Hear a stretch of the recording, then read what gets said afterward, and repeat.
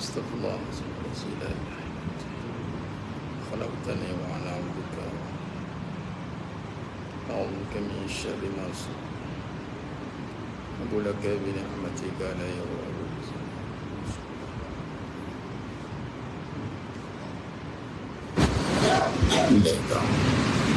Assalamualaikum warahmatullahi wabarakatuh. Bismillahirrahmanirrahim. Innal hamdalillah nahmaduhu wa nasta'inuhu wa nastaghfiruh wa na'udzu billahi min shururi anfusina wa min sayyiati a'malina. Man yahdihillahu fala mudilla lahu wa man yudlil fala hadiya lahu. Asyhadu an la ilaha illallah wahdahu la syarika lah wa asyhadu anna Muhammadan 'abduhu wa rasuluh. Allahumma salli ala sayyidina Muhammad wa ala ali sayyidina Muhammad. Rabbi yassir wa la tu'assir, rabbi tammim bil khair. Rabbi shrah li sadri wa yassir li amri wa hlul 'uqdatam min lisani yafqahu qawli. Allahumma aftah alaina hikmataka wa anshur alaina min khazain rahmatika ya arhamar rahimin. Wallahu allazi la ilaha illa huwa alimul ghaibi wasyahadah huwa ar-rahmanur rahim. Wallahu allazi la ilaha illa huwa al-malikul quddus al-malikul quddus as-salamul mu'minul muhaiminul azizul jabbarul mutakabbir. Subhanallahi amma yushrikun. Huwallahul khaliqul bari'ul musawwir lahul asmaul husna. Yusabbihu lahu ma fis samawati wal ardh wa huwal azizul hakim. Wala haula wala quwwata illa billahil aliyyil azim. Wala manja minallah illa ilaih, amma ba'd. Ayyuhal mu'minun ittaqullah, usikum wa iyaya bittaqwallah faqad fazal muttaqun. Sedang jemaah yang dimuliakan Allah Subhanahu wa taala, mudah-mudahan kita semua tergolong dalam golongan hamba-hambanya yang benar-benar bersyukur. Amin ya rabbal alamin. Allah Subhanahu wa taala merakamkan dalam surah As-Sajdah ayat 9. Summa sawwahu wa nafakha fihi min ruhi wa ja'alakumus sam'a wal absara wal af'idah qalilan ma tashkurun. Ketika Allah Subhanahu wa taala meniupkan roh dalam jasad manusia ini yang mana bermulanya mati, kemudian Allah hidupkan kita. Allah berikan kita bukan sekadar kehidupan, sekadar jasad semata-mata, namun Allah berikan sifat kepada setiap panca indera. Sama' wal basar, mendengar dia, melihat dia. Dan cukup dengan itu Allah berikan pula afidah, mampu dia merasai macam-macam perkara. Namun di akhir ayat tersebut Allah simpulkan dengan satu kenyataan, qalilan ma tashkurun, sedikit sangat hamba-Ku yang bersyukur. Syukur bil makna dengan menterjemahkan seluruh nikmat menjadi taat. Taat yang paling utama adalah mengesahkan Allah Subhanahu wa taala dengan tidak menyekutukan dia. La tusyrik billah. Bagaimana manusia hari ini bermula kehidupan itu pun kadang-kadang kalau kita tidak bahaskan dengan perbahasan yang sebenar, berpesan-pesan dengan kebenaran, wa tawassaw bil haqq, maka manusia hanya akan melihat zahir semata-mata, dan yang kita bimbangkan penglihatan zahir yang disangkakan dengan mata itu dia melihat dengan diri dia, dia lupa bermula semua yang dilihat dengan mata ini bermula tiada. Namun ketika melihat apa yang ada depan mata ini, sepatutnya terus dia membawa kepada sifat yang hak, yang membawa kepada sifat nafsiah. Kalau ngaji sifat 20 tu ni payah utama tu, asas wujud. Mana mungkin Allah kata kaifa takfuruna billahi wa kuntum amwat? Mana mungkin kamu boleh kufur kepadaku sedangkan kamu mati? Sebab tu syukur jemaah sekalian dimulai dengan dasar dengan ingat. Allahumma a'inni ala zikrika wa syukrika wa husni ibadati. Maka jikalau kita kaitkan dengan firman Allah SWT dalam surah Sajadah ayat 9 tersebut,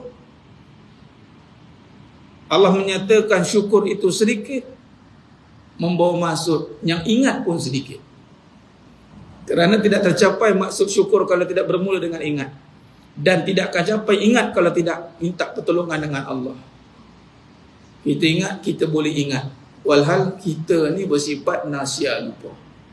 Sebab tu Nabi ajar dengan doa Allahumma a'inni ala zikrika. A'inni kalimah isti'anah, pertolongan yang pasti, yang mana sangat penting. Bahawasanya hidup ni kebinasaan yang paling besar bukanlah kebinasaan dalam konteks kebendaan, kehancuran yang ada depan mata berlaku sekarang. Saudara se-Islam kita sekarang dikepung habis-habisan, ditutup semua kemudahan, diputuskan segala keperluan, lalu diserang habis-habisan. Mungkin yang tinggal hanya serpihan-serpihan saja. Tubuh, binaan, hancur. Namun jemaah sekalian, sedarkah kita sebenarnya kehancuran yang lebih besar itu bukan kehancuran benda, tetapi kehancuran keyakinan di dalam jiwa. Sebenarnya kita pun dikepung habis-habisan jemaah sekalian.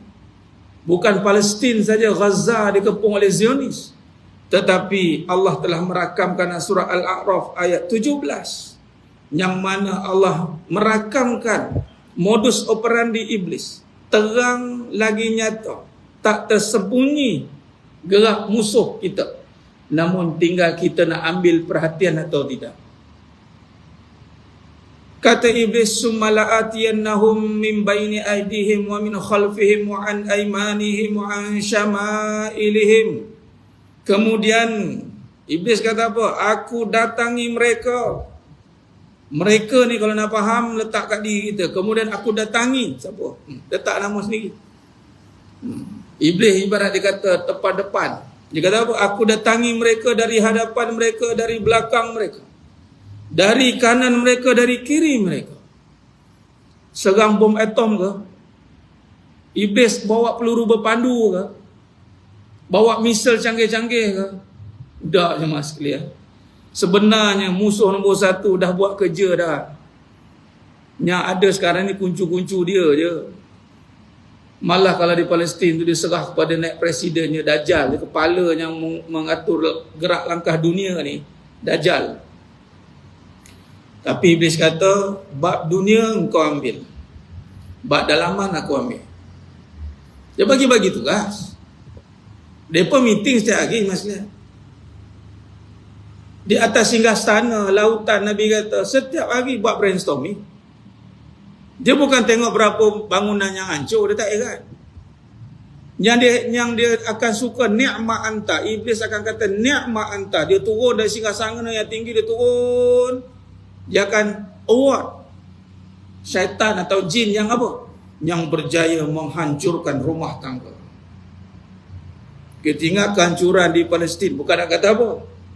Saya pakai, tapi nak pakai ni ingat kalung di tengkuk ini supaya jangan hancur di sini. Kehancuran di luar sana mengingatkan kita jaga yang utama di sini. Mereka sudah pasti, alhamdulillah, insya-Allah get away to jannah. Kita silap bulan hari ini habis kena serang habis-habisan. Apa kata iblis? Wala tajidu aktsaruhum syakirin. Aku akan buat mereka. Dia kata ke Allah jemaah sekalian. Dia begitu confident, dia kata ke Allah. Dia begitu yakin, dia kata ke Allah. Dia kata apa? Engkau tidak akan dapati mereka bersyukur. Berapa ramai rumah tangga yang tak bersyukur dengan suami yang ada. Berapa ramai yang tak bersyukur dengan isteri yang ada. Ini gerak kerja iblis. Nak menghancurkan negara, hancurkan rumah tangga dulu. Allah membina kekuatan Islam, daulah Islamiah itu bukan dengan membina daulah Islamiah sehingga boleh menguasai negara, tidak. Yang Allah mula bina adalah rumah tangga. Cuba tengok kisah Nabi Ibrahim AS dengan Nabi Ismail, Siti Hajar, Siti Sarah, Siti Hajar, keluarga. Nabi Adam AS dengan Siti Hawa, keluarga. Nabi Muhammad SAW dengan Sayyidatina Khadijah radhiyallahu anha al-Kubra, keluarga.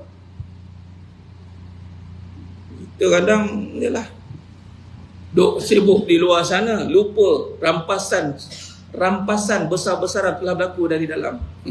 Apa dia? Isteri merampas kuasa lelaki. Rampasan besar-besaran sedang berlaku. Hilang kepimpinan, qawamun 'alan nisa. Tak ada.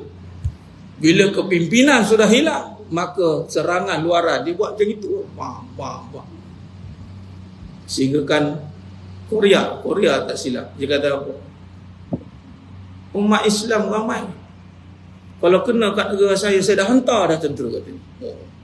Dia kata begitu. Memang. Dan ini hadis akhir zaman, sayati zaman daripada Nu'man bin Bashir radhiyallahu anhu. Mahfuz hadis mengatakan bahawa akan datang satu zaman kereta akan dikerumuni oleh musuh-musuh Islam ini seperti makanan. Tak ada feedback, tak ada tindak balas. Tindak balas ni bukan dengan mulut mas kan, dengan tangan tu. Kadang-kadang mulut je bising, tangan tak gerak pun. Islam bukan mulut bising, tangan bergerak, tahu-tahu sampai, pum sampai.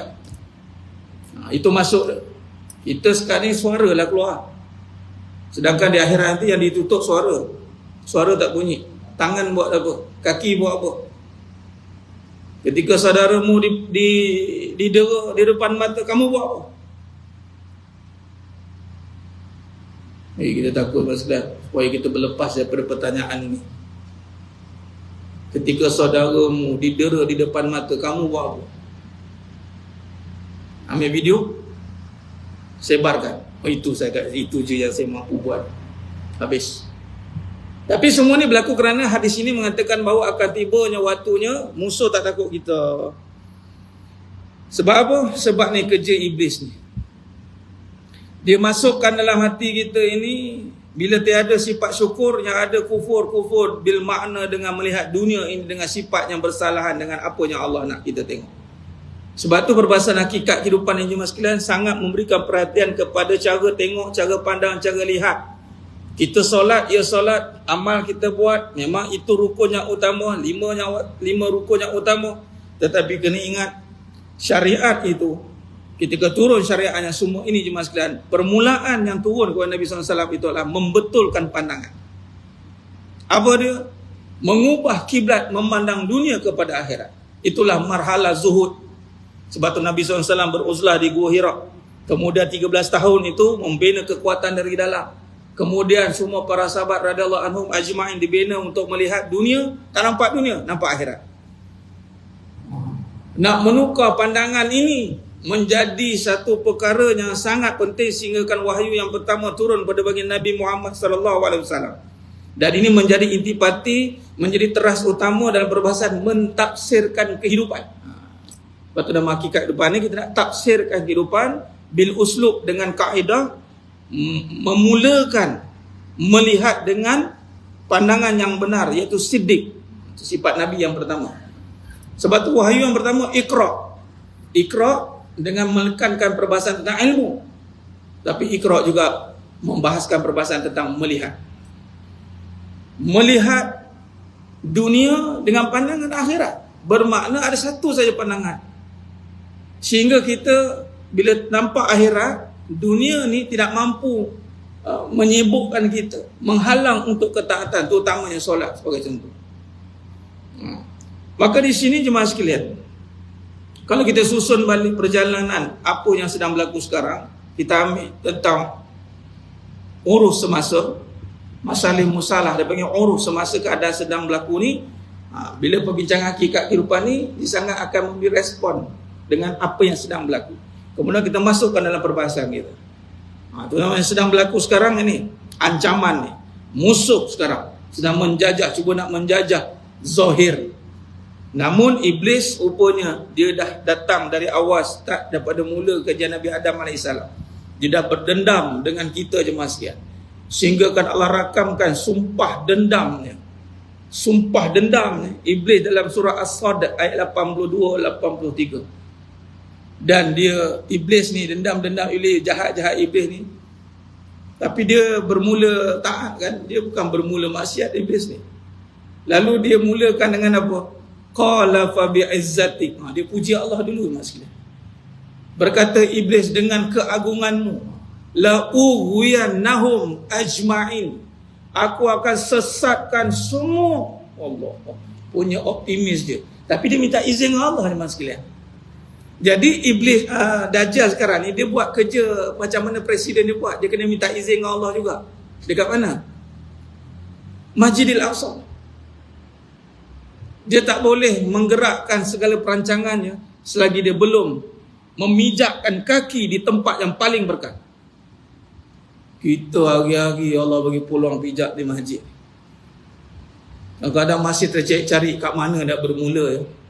Dah macam-macam dah saya buat ustaz. Tahu lah. Dia buat tak tahu sebenarnya masjid ni. Walau di sinilah tempat kita sebenarnya. Nak bina kekuatan, nak bina keyakinan. Sinilah tempat pentadbiran kita di Madinah Al-Munawwarah. Cuba lihat jemaah sekalian. Sampai sekarang ni kita pergi umrah, pergi haji, mana ada bangunan lain? Masjid di sana.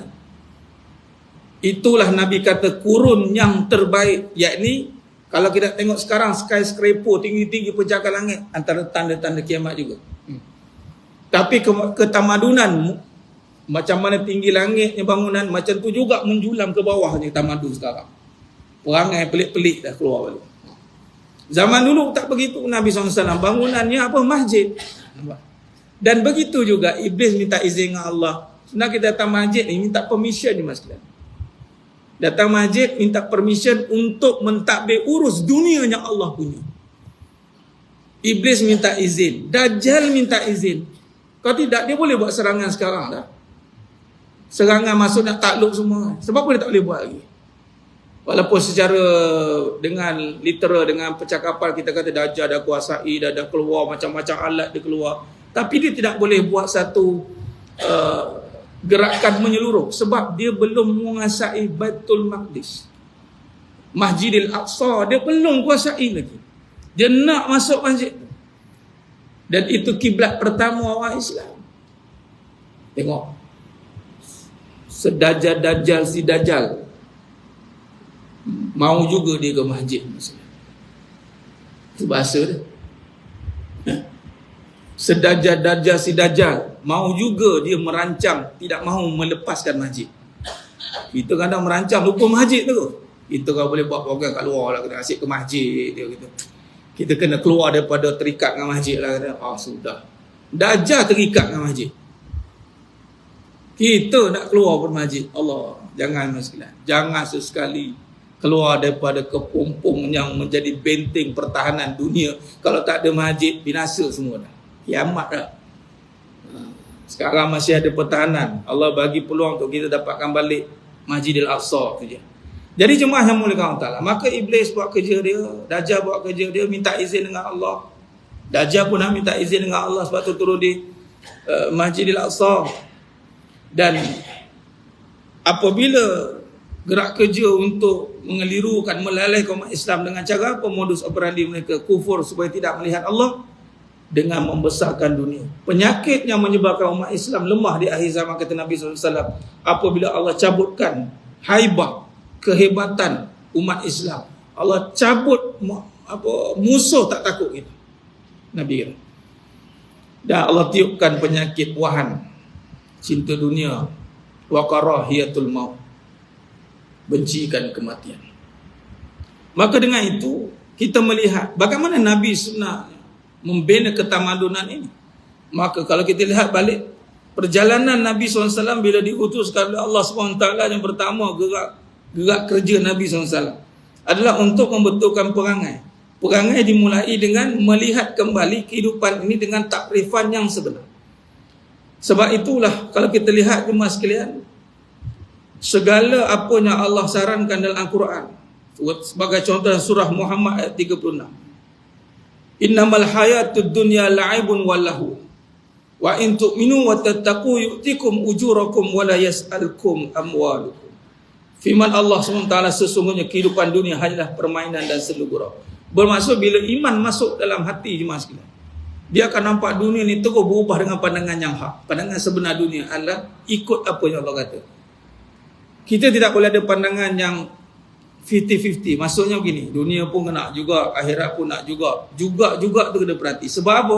Sebab iblis nanti, dia akan datang tadi, dia akan dendam dengan kita. Dia akan buat kita lupakan Allah dengan cara ingat dunia. Itu cara dia. Itu cara dia. Sebab tu yang pertama kita kena buat adalah betulkan pandangan, jaga pandangan melihat dunia. Sebab tu mula-mula Islam datang, yang pertama mula dibentuk adalah melihat dengan pandangan yang sebenar. Apa dia? Kehidupan dunia ini main-main dan sendu gurau. Walaupun belum nampak lagi nak main-main. Macam mana Ustaz? Serius orang pergi kerja, balik pergi, ini semua serius ni. Tak mana yang main-main ni? Contoh. Malah orang bergaduh pada dunia Ustaz, serius dia. Sebab apa berkata begitu? Sebab kita masih melihat dunia serius lah. Bila dapat iman, kan, kita hari ni contoh, kalau tengok sebelum datang syariat, solat dan seterusnya, puasa, zakat, haji, semua itu setelah di Madinah. Apa pandangan yang pertama yang diajar oleh Nabi SAW waktu di Makkah Al-Mukarramah? Itu pandangan untuk tidak melihat dunia, jangan jadikan faktor pergaduhan. Itu maksud dia. Jangan bergaduh pada dunia. Hari ni kau cakap, dia bahasakan cakap orang jadi tu jadi masalah. Sebab apa? Dia jadi macam ni. Kebanyakan yang saya dengar, ialah ni perbahasan hakikat kehidupan, kulil haq walau kana murran. Kata benar Allah pun pahit. Anak kat masjid pun bergaduh. Tu katanya tu. Itu katanya tu. Semana pula ni? Kan gaduh pasal masjid, gaduh pasal dunia. Mana ada akhirat dipergaduhkan? Tak ada. Mesti ada benda dunia yang bermain di fikiran dia yang menjadikan asbab pergaduhan. Rumah tangga bergaduh pasal dunia. Mana ada gaduh pasal akhirat? Tak ada lagi. Akhirat menghilangkan pergaduhan. Aus dan Khazraj bergaduh, tapi bila sebut syurga berdamai. Mesti ada isu. Kalau pergaduhan mesti ada isu. Isu dia bukan isu kau banyak pahala, aku tak ada pahala. Tak ada. Mesti isunya kau tak mau dengar cakap aku. Kau ni dia nampak keakuan. Ini kita iblis tadi ananiyah. Dia akan masuk ananiyah. Antara sifat dunia adalah akan menampakkan sifat keakuan. Sebab tu Nabi SAW bila datang menghancurkan perkara itu. Menghilangkan keakuan, menghilangkan permusuhan, perdamaian itu. Dia pergi kepada asas yang utama. Ini hakikatnya jemaah sekalian. Dan Allah kata, dan jika kamu beriman dan bertakwa, Allah akan memberikan pahala kepadamu dan tidak akan meminta harta-hartamu. Maksud kata apa? Di dunia ini, kalau sifat dunia itu bersifat main-main dan sendu gurau. Bermaksud manusia akan melihat dunia ini dengan permainan. Dan kalau dia nak berjaya, bahasanya kita ambil tadabbur je. Kalau dia jadikan dunia ini sebagai tujuan dia untuk mendapat dunia, maka dia akan buat main-main ataupun dia akan main-mainkan orang. Dia akan gurau ni pula perkataan dalam ibrah kita ambil, dia tak ambil serius. Orang cakap dia buat tak tahu dia. Dia tak ambil perhatian. Sedangkan Nabi SAW tak pernah tak dengar akan bagi perhatian. Saya perhati kadang-kadang kan, diri siapa dia buat dengar tak dengar. Even kalau salam minta maaf sekalian, minta maaf. Kalau salam Nabi pandang mata. Salam pandang mata. Setengah orang salam main-main. Di sini ya. Dan nak pula kadang-kadang minta maaf kan. Ini dah pergi dah nak akhir zaman ni. Saya terus cakap realiti terus. Gurau, dia buat gurau. Bila ada gurau dunia dah. Mungkin tak kenal, mungkin tak mesra dunia. Tapi kalau akhirat kita saudara. Bukan kita kira baru jumpa tak baru jumpa. Islam kan? Islam. Assalamualaikum. Pandang, beri perhatian. Kalaupun budak yang bercakap. Akhirat. Nabi SAW sangat beri perhatian. Sehingga Nabi diberikan satu teguran oleh Allah. Ketika memberikan perhatian pada satu golongan, membelakang golongan Badawi waktu itu bertanya. Amma yatasaalun. Nampak? Allah beri satu pengatan. Jadi sebab itu dunia ini akan dibawa satu gurau, sebab itu datang pergaduhan. Dia tak diberi perhatian. Dia tak dengar buah orang, buah dia je sebagai contoh gitu. Buah lain orang ni semua main-main kata, aku je betul. Ini kata dunia. Dia terbalik perbahasan ni masalah. Sebab itu perkara pertama nak dibetulkan pandangan pada dunia. Pandangan dengan yang hak. Itu surah Muhammad ayat 36 dan surah Al-An'am ayat 32 kata Allah, "Wa mal hayatud dunya illa la'ibun wa lahu." Allah masih menggunakan perkataan dan tiadalah kehidupan dunia ini selain dari main-main dan sendu gurau belaka. Dan boleh kita ambil satu tamsilan. Biasa orang kalau dunia ni dia akan buat main-main kita. Tu jadi gaduh. Cuba kalau ambil serius apa orang cakap. Bagi pandangan serius dengar. Oh, ya, baik kita akan beriman. Ya tuan, ya baik. Dan kadang dia ambil main-main dia. Kita dah pergi cadangan dia buat tak tahu. Malah kadang-kadang dia main-main dengan kita pula. Awak bagi cadangan, awak lah buat. Dia marah kita. Dah bergaduh kat situ. Saya terlibat lah. Pengusaha dia bukan sehari dua daripada dulu tuan. Daripada universiti bersekolah. Allah takdirkan saya terlibat dengan pengusaha. Akhirnya dia akan main-mainkan. Apa nasihat orang, apa beri pandangan, pendapat. Kadang-kadang dia masuk tinggi, kau tinggi kanan. Dia pakai buah dia. Tidak seperti Nabi SAW. Perang Khandaq. Nabi dengar. Salman Al-Farisi. Korek longkap. Pada Nabi SAW tu kalau ikut kata ayah tanya orang dah. Nabi dapat wahyu. Tapi Nabi tetap adakan perbincangan musyawarah. Dan ketika itu Nabi beri perhatian serius. Nabi kita bila mendengar kata-kata daripada orang, Nabi akan berikan perhatian. Nabi berikan pandangan. Ini satu benda yang sangat susah nak buat. Kalau dunia ada dalam hidup kita, dia akan buat main-main. Padahal benda ni takkan jadi pergaduhan. Kalau kita ambil buah tu sebagai akhirat, maksudnya kita balikkan. Kita jangan ambil benda ni sebagai main-main. Sebab semua perkara akan ditanya oleh Allah. Itu maksud dia. Sebagai contoh, kalau kita ada tanggungjawab sebagai suami, sebagai isteri, apatah lagi kalau suami cakap, dia kena dengar. Ini perintah Allah ni. Kalau suami cakap, dengar. Bagi perhatian, kadang-kadang apa ramai isteri. Suami cakap, dia sambil suami cakap, dia baru tahu. Dia galik ke sana, galik ke sini. Main-main. Itu bahasa je. Banyak main je mas sekalian. Lepas tu buat gurau. Abang je lah masuk syurga. Saya tak apa. Dah saya jahat kan? Dia buat gurau. Dia buat gurau mas sekalian. Ya Rabb. Sebab apa? Dunia tu sifat main-main. Dan Allah ulang kali kedua dalam surah Al-An'am ayat 32. Dan Allah bagi tahu walad darul akhirah khairul lil ladzina yattaqun afala ta'qilun. Dan sungguh kampung akhirat itu lebih baik bagi orang yang bertakwa. Maka tidakkah kamu memahaminya? Maka ketika ini jemaah sekalian, peringkat awal Allah SWT akan memberikan satu pendidikan yang jelas oleh Nabi SAW untuk membawa manusia daripada dunia kepada akhirat. Ini gerak kerja yang pertama. Barulah kita hari ni kalau solat, kita buat amalan, kita nampak akhirat. Kita takkan nampak kita datang ni kan aku dapat apa. Dia tak ada tanya dapat apa dah. Apatah lagi suruhannya khususiat. Solat awal waktu khusus. Dia tak ada lagi berbelah bagi. Dalam surah Al-An'am ayat 70, kita bahaskan bagaimana pandangan dunia pada sisi pencipta. Sebab iblis dia akan buat kita kufur, yang ini tidak ingat Allah, dia ingat dunia. Kemudian Dajjal akan gunakan dunia juga. Nanti kalau keluar nanti dia akan guna dunia juga ya mas. Di kanannya, di kirinya. Di kanan ni sepatutnya baik, dia bubuhnya neraka, kesusahan. Di kiri ni sepatutnya jahat, dibubuhnya syurga. Dia bermain dengan dunia je mas sekalian. Iblis pun main dunia, Dajjal pun main dunia. Jadi kita kena ambil perhatian apa itu dunia sebelum kita ditipu oleh dunia. Dalam surah Al-An'am ayat 70, wazaril ladzina takhazu dinahum la'iba walahwa wa gharratuhumul hayatud dunya. Dan tinggalkanlah orang-orang yang menjadikan agama mereka sebagai main-main. Dia terbalik, ada pula golongan nanti jemaah sekalian. Dalam kehidupan ini dijadikan agama pula main-main. Ingat hidup ni pahala je ke? Dia buat main-main soal pahala. Ingat kita hidup ni dengan pahala je. Je tu. Ingat hidup ni solat je. Ingat hidup ni cukup dengan agama je. Dia benda akhirat ni dia buat jadi kecil. Patutnya dunia ni tak cukup dengan dunia je. Dia kena ada agama. Macam tu patutnya. Kita ni kerja dia tak cukup dengan kerjanya. Kena jaga solat. Dia terbalik. Tak cukup dengan jaga solat je. Kena jaga dunia juga. Bunyi dia terbalik.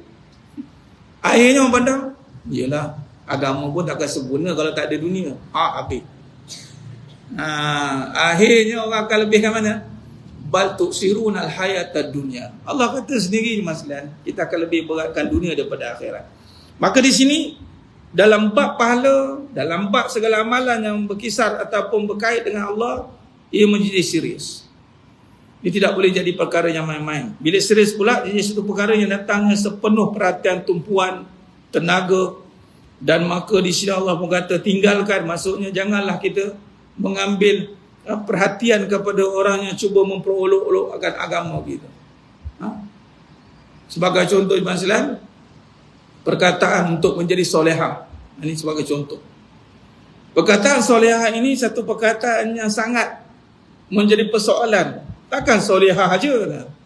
Walau solehah itu adalah sebaik-baik perhiasan dunia. Dia patut kena kupas solehah itu macam mana patutnya. Dia persoalkan apa saja yang Nabi dah suruh. Kalau orang perempuan sebagai contoh, Nabi suruh jadi wanita solehah. Wanita solehah ni apa? Apabila dilihat sejuk mata memandang, dia boleh kona balik. Takkan kita je solehah. Dia kona. Padahal semua perkara baik memang dipertanggungjawabkan diri kita, tapi kita akan jadi orang yang permainkan balik. Jadi ayat ayat 70 ini Allah dah nyatakan akan ada golongan yang menjadikan agama sebagai main-main dan senggurau, dan mereka telah ditipu oleh kehidupan dunia. Dalam surah Al-Hadid ayat 20, ini lebih jelas takrifan dunia, yang mana sifat-sifat dan kewujudannya Allah nyatakan dalam surah Al-Hadid ayat 20. I'lamu annamal hayatud dunya la'ibun wa lahu wa zinatun wa tafakhurun bainakum wa takasurun fil amwali wal aulad kamathali ghaisin a'jabal kuffara nabatuhu summa yahiju fatarahu musfarra summa yakunu hutama wa fil akhirati 'adzabun syadidun wa maghfiratun minallah wa ridwan wa mal hayatud dunya illa mata'ul ghurur. Isya. Ya Azad.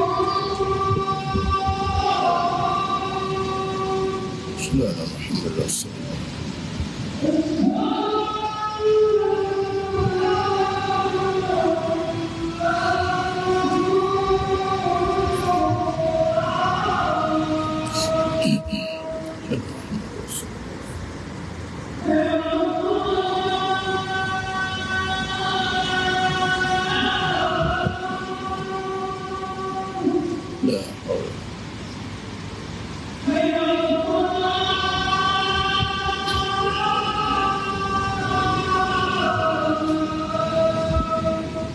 La haula.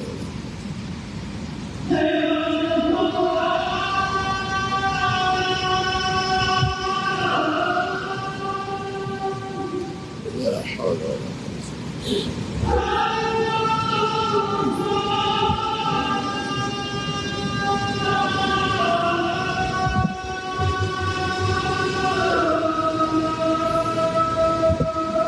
La haula.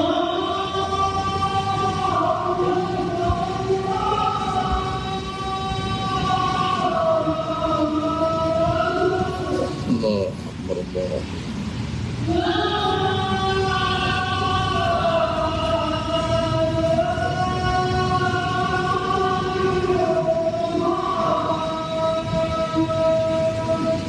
La ilaha illallah Muhammad Rasulullah. Allahumma rabba azina. Salatu ala sayyidina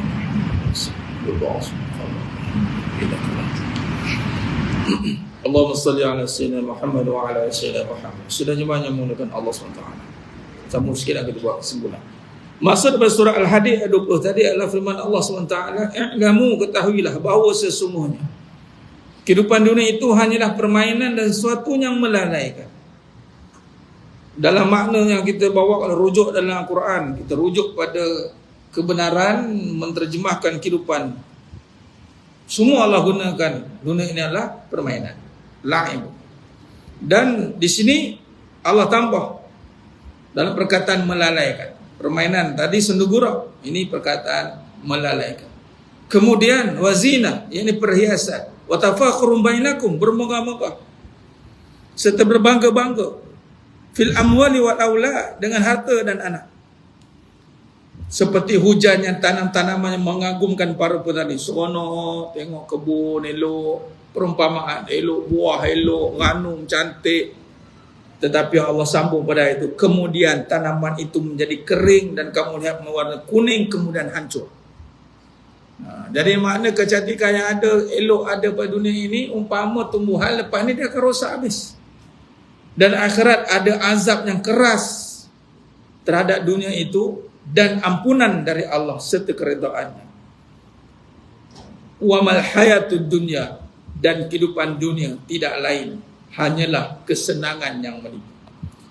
Senajmah yang mulakan Allah SWT, seterusnya kesimpulan dan surah Al-Fatir ayat 5. Kata Allah lagi, ya ayuhan nasu inna wa'dallahi haqqa. Hai manusia, sesungguhnya janji Allah adalah benar. Maka sekali-kali janganlah kehidupan dunia ini memperdayakan kamu. Dan sekali-kali janganlah syaitan yang pandai menipu memperdayakan kamu tentang Allah. Ini ayat Fatihah 5 ni dia ada penambahan pada perbahasan kehidupan. Dalam surah Al-Hadid ayat 20 tadi jemaah sekalian, Allah dah bagi tahu dah. Harta, anak, dia akan jadi perkara yang boleh melalaikan dengan kita merasa bangga dengan keadaannya. Kemudian kesenangan dunia ini menipu. Akan ada satu kenyataan nanti apa? Allah pun suruh cari dunia. Dia guna nama Allah. Allah suruh cari dunia juga. Walhal dalam Quran tak ada pun satu Allah suruh cari dunia. Yang Allah suruh cari adalah kebaikan di dunia. Dan surah Al-Qasas ayat 77, wa bataghi fi ma ataqallahu daral akhirah. Kejarlah akan segala habuan dan tawaran kamu pada negeri akhirat. Wala tansa nasibaka minad dunya. Jangan lupakan keperluanmu di dunia. Bukan apa yang kita mahu di dunia. Sebenarnya dunia ni apa yang kita perlu di dunia.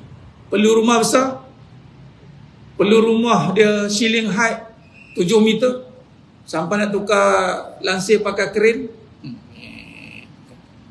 high maintenance. Kadang-kadang keperluan tu tak ada, tapi lebih pada kemahuan saja.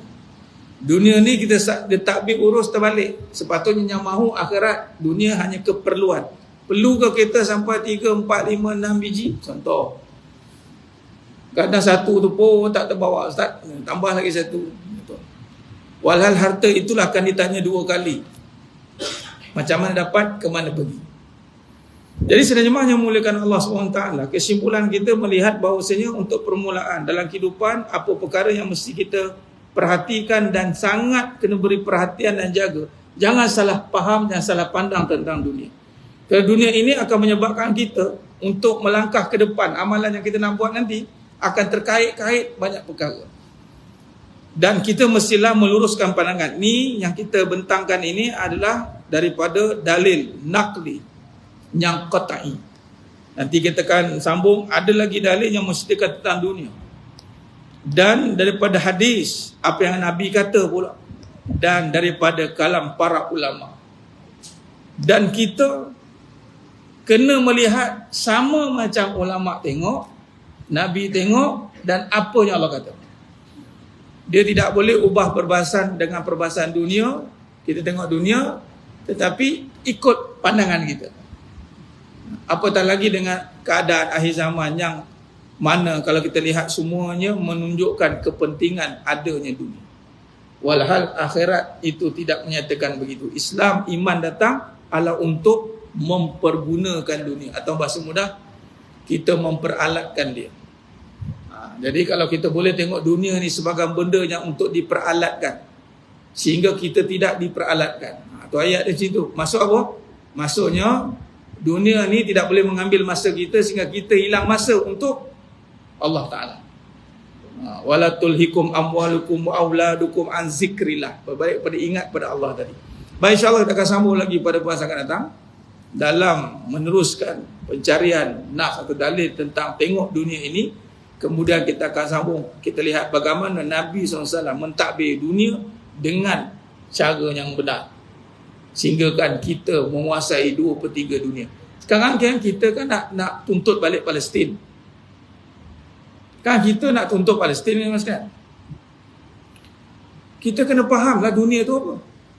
Kalau kita nampak dunia tu besar, oh depa hebat ustaz, depa tentera ada, oh depa teknologi hebat. Kalau kita masih terkesan dengan pandangan dunia, macam mana kita nak takluk? Cuba lihat, 3 abad yang memerintah.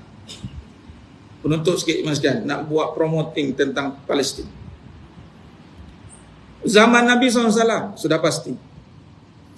Sayyidina Umar Khattab radhiyallahu anhu yang membebaskan Masjidil Aqsa. Apa ciri Sayyidina Umar Khattab radhiyallahu anhu? Cuba tengok. Rom dan Parsi dalam genggaman.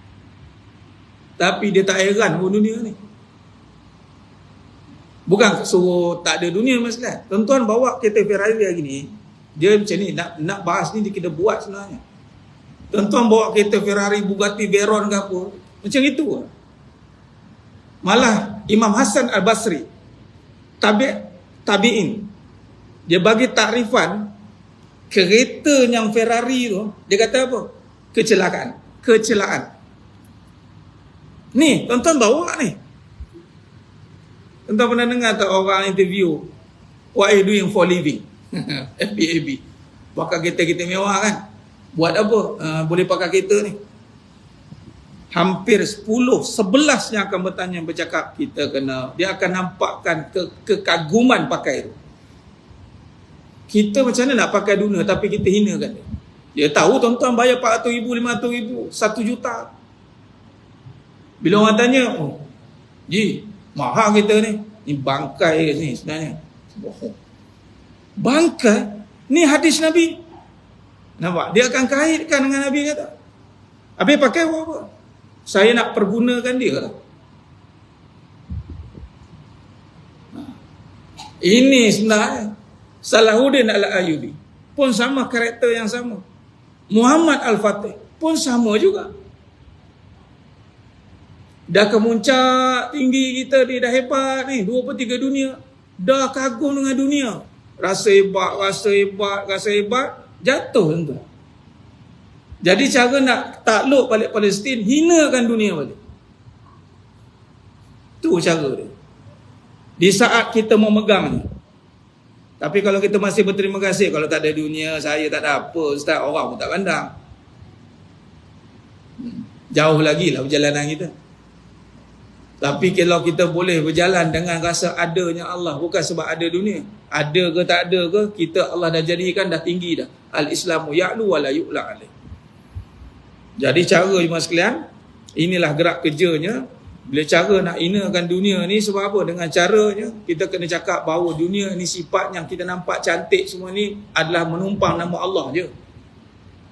Jadi kita tak perlu nak nampak dunia ni hebat, sebab hebat pada dunia adalah kerana nama Allah. Kalau tak ada cantik nama Allah, buruk semuanya.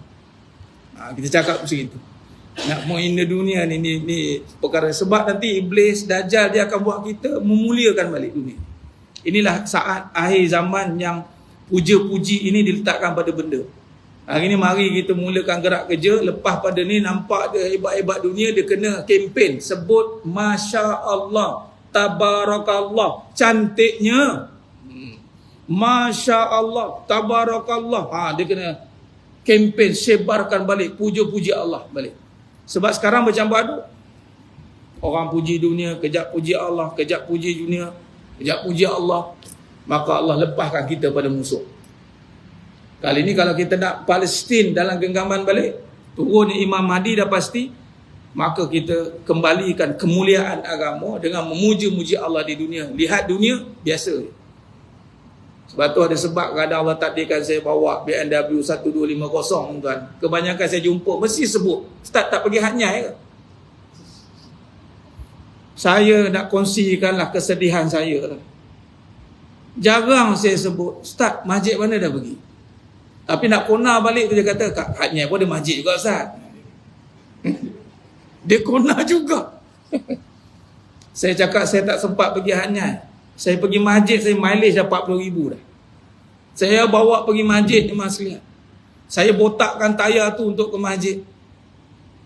Saya servis sampai tukar enjin mas, seketul tukar enjin. 40,000 tuan. BMW bayar. Sebab masih dalam waranti. Sebab pergi masjid. Orang akan kagum tengok kita pakai. Kita kena muliakan balik Allah. Itu tugas kita di masjid. Cara begitu. Dan kalau tak ada, jangan rasa rendah. Alah saya ni motor biasa je Ustaz. Jangan pernah nak cakap, saya pakai motor biasa je Ustaz. La, wallahi je masjid. Harga motor 149,000 yang saya bawa dengan motor tuan-tuan 2,000 contoh. Tetapi 2,000 itu telah dipakai ke masjid lebih awal daripada 149,000. Itu lebih mahal di sisi Allah. Jangan pernah rasa rendah dengan brand. Dan jangan pernah rasa megah dengan keadaan. Ini kena buat balik ni. Ini gerak kerja kita sebenarnya. Wallahualam sekalian, masa panjang sikit. Mudah-mudahan Allah berikan kita kekuatan untuk meletakkan kemuliaan yang sebenar pada yang hak di akhir zaman ni. Wallahualam, mohon ampun maaf daripada saya atas kekurangan. Terkasar kata itu kurang bicara dalam penyampaian. Hanya Allah Ta'ala sajalah yang mampu menyempurnakan perbahasan kita pada malam yang penuh barakah ni. Aku lupa hadza wa astaghfirullahalazim wa lakum wa bila taufiq wal hidayah. Wassalamualaikum warahmatullahi wabarakatuh. Tangguh dengan tasbih kafarah dan suratul asr. Subhanakallahumma wa bihamdika. Bismillahirrahmanirrahim. Ila nasr ila alladziina amanu wa tawassaw bil haqq wa tawassaw bis sabr. Wallahu a'lam bisawab. Takbir. Allah.